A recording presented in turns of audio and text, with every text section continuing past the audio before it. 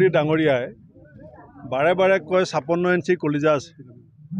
Donald Trump তেখেতৰ বন্ধু, কিন্তু আপোনালোক সকলোৱে দেখিছে যে আমেৰিকাত বিভিন্ন কামত নিয়োজিত বিভিন্ন ভাৰতবৰ্ষৰ নাগৰিকক কি ধৰণে বন্দী হিচাপে হাতত হেণ্ডকাপ লগাই ভৰিত হেণ্ডকাপ লগাই 40 ঘণ্টা অনাহাৰে অনিদ্ৰায় কি ধৰণৰ দুৰ্ব্যৱহাৰ কৰা হৈছে, সেই কথাটোত এতিয়ালৈকে দেশৰ প্ৰধানমন্ত্ৰী মৌন, আমাৰ দেশৰ যিজন বিদেশ মন্ত্ৰী এছ জয়শংকৰ ডাঙৰীয়া মৌন।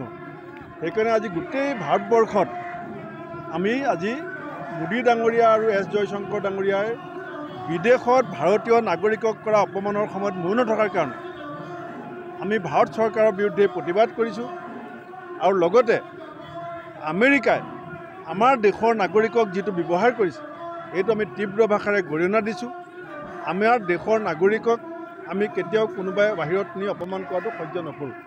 আজি আমি এই প্ৰতিবাদ কৰাৰ মুহূৰ্তত আমি দেশৰ প্ৰধানমন্ত্ৰীক আৰু বিদেশ মন্ত্ৰীক আহ্বান জনাম যে অতি শীঘ্ৰে আপোনালোকে এই সম্পৰ্কত আমেৰিকাৰ সৈতে প্ৰত্যক্ষ যোগাযোগ কৰি ভাৰতীয় নাগৰিকৰ মান সন্মান নিৰাপত্তা সুনিশ্চিত কৰক।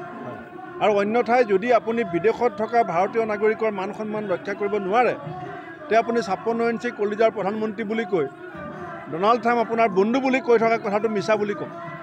সেইকাৰণে মই ঢকুৱাখানা আৰু ঘিলামৰা দুইখন ব্লক কংগ্ৰেছক ধন্যবাদ দিম যে কালিৰ পৰাই আমাৰ ইয়াত এখন সভা ঠিক হৈ আছিলে, কিন্তু লগত সংগতি ৰাখি গোটেই দেশজুৰি হোৱা প্ৰতিবাদত আজি লখিমপুৰ জিলাৰ লগতে আমাৰ ঢকুৱাখানা ঘিলামৰাৰ ৰাইজেও যি স্বতঃস্ফূৰ্ত সহায় দিছে মই তেওঁলোককো ধন্যবাদ জনাইছোঁ।